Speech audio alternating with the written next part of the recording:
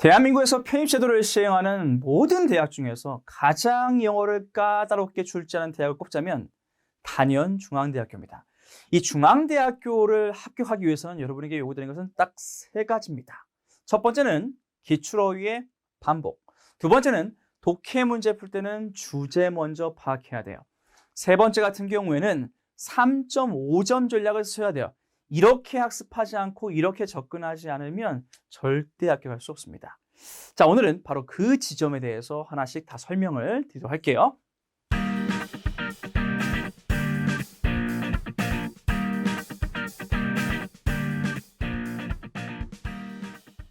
자, 그러면 그토록 어렵다는 중앙대학교의 편입영어 출제 경향을 살펴보기에 앞서서 자, 이번에는 편입학 전형과 모집 요강을 짧게 보고 바로 영어 문제 어떻게 나오는지 보겠습니다. 우리 대비 어떻게 해야 되는지 알려드릴게요.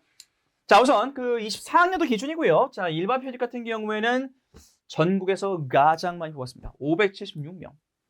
그 지원 인원도 거의 뭐 10,000명이 지원했죠. 그래서 거의 다 지원하는 대학교라고 보시면 되고 여러분도 지원하셔야 돼요. 그 지원하는 걸 긍정적인 방향으로 고려를 해보셔야 합니다. 다만 오늘 제가 말씀드리는 영어 학습법 그리고 지원할 때 유의사항만 잘 지켜주시면 충분히 좋은 결과 나올 수 있어요. 경쟁률도 워낙 많이 뽑으니까 16.79대 1. 모집 인원 학사 편입도 87명, 지원 인원 1,300여 명, 경쟁률 역시 워낙 많이 뽑으니까 15대 1 정도로 추산이 되었습니다.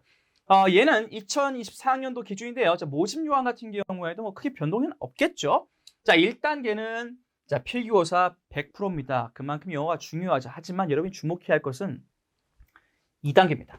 2단계에 서류 평가가 무려 40%, 무려 40%를 반영한다. 이거를 꼭 기억하고 계세요. 이따가 제가 다시 한번 말씀을 드리겠습니다.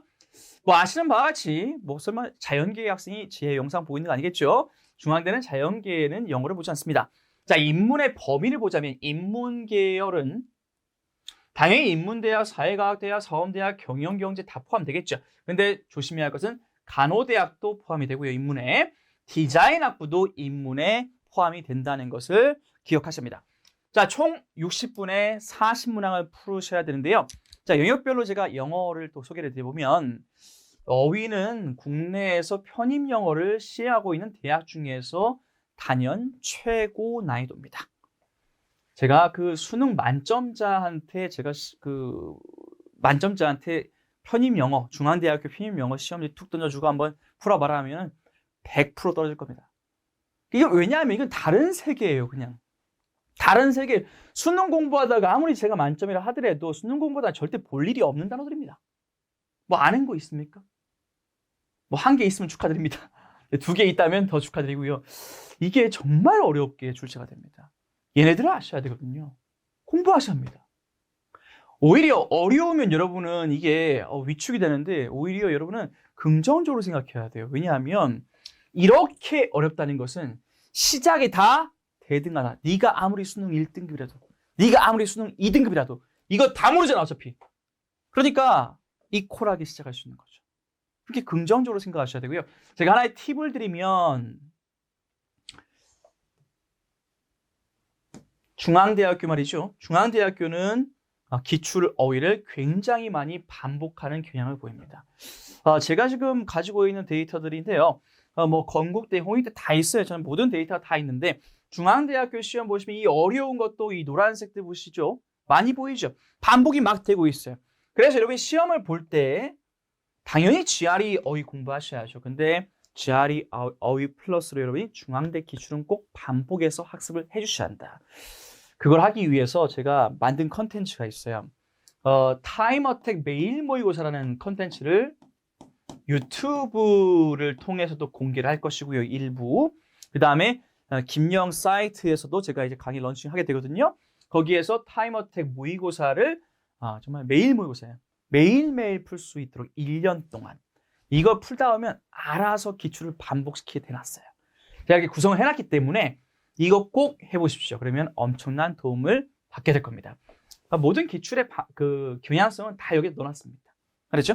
그 다음 문법에 대해서 말씀을 드리자면 다양성은 지엽적이진 않아요. 동사의 태나 분사의 태 이쪽을 좀 많이 내는 편이고요. 실제로 24년도 문제를 보시면 여기서 specializing software를 specialized software 이런 식으로 과거 분사로 이제 바꾸는 문제 이런 식으로 좀 이렇게 전반적으로 준수하게 되는 편입니다. 근데 논리 완성을 또 보자면 지문 내용은 그냥 괜찮거든요. 근데 얘는 또 어휘 계속 어휘가 한 건입니다. 그러니까 실제로 문제를 보자면 He was seconded by blank and panegyrics expressed by speakers who had previously been among the first to slander the man. 크게 어려운 게 없어요. 걔는 뭐 second했다 by 이거에 의해서 그리고 얘가 좀 어렵죠. 그다음 표현된. 그럼 뭐 표현된 말이나 뭐 감정인가 보죠. 일단 누구에 의해서? 사람에 의해서. 연사에 의해서.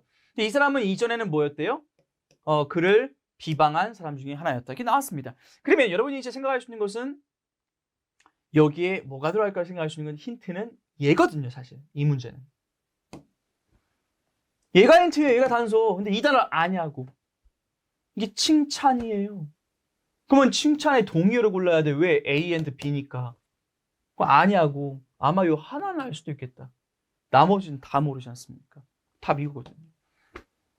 얘는 내용은 그 준수할 수 있는데 어쨌든 중대는 어휘. 그렇죠?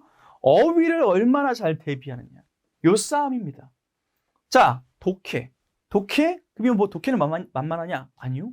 독해 정말 까다롭게 내죠. 독해는 정말 초장문으로 됩니다. 초장문. 장문이 아니에요. 초장문.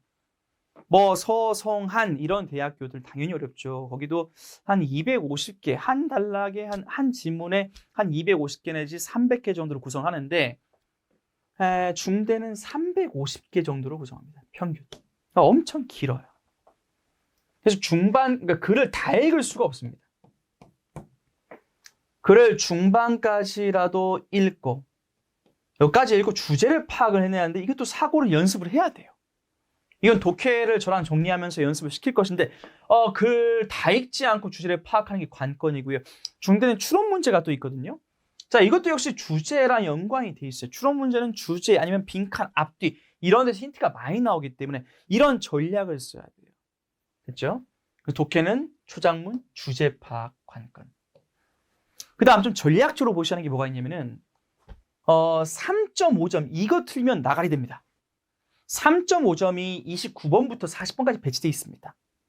여기를 풀려다가 시간이 끝날 수도 있어요. 타임아웃 될 수도 있어요. 풀다가 끝날 수 있다는 거지.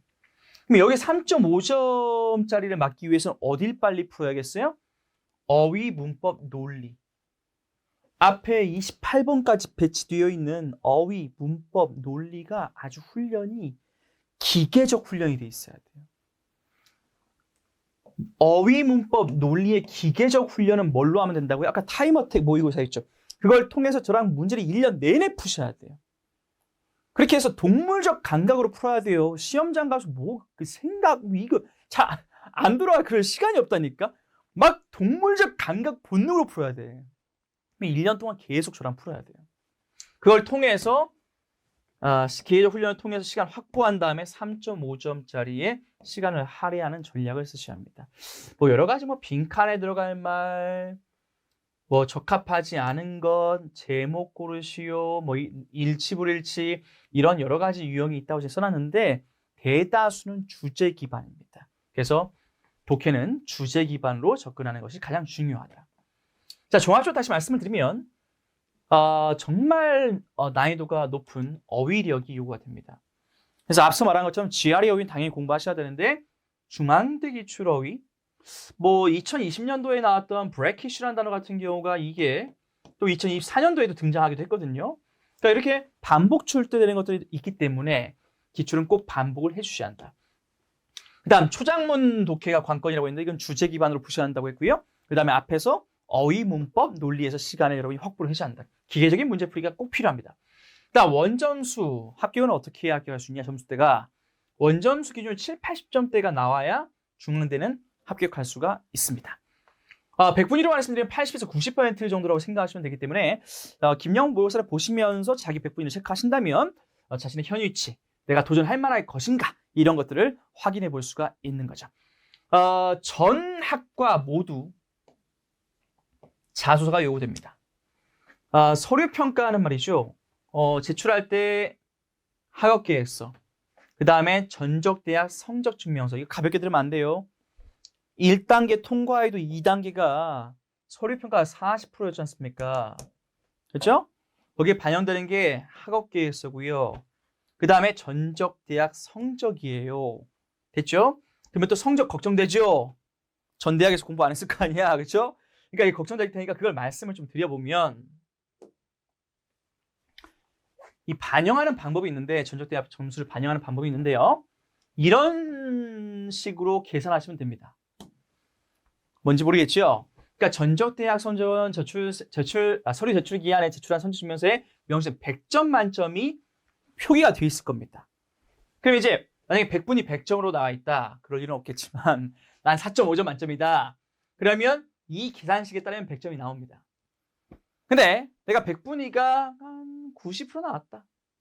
한 대략 A다. 그러면 이 정도 나오죠. 얼마큼 차이 나요? 한 2점 정도 차이? 영어 한 문제 차이. 그 다음에 100분위가 80, 한 B 정도 나왔다. 그러면 이 정도. 한 5점 정도 차이.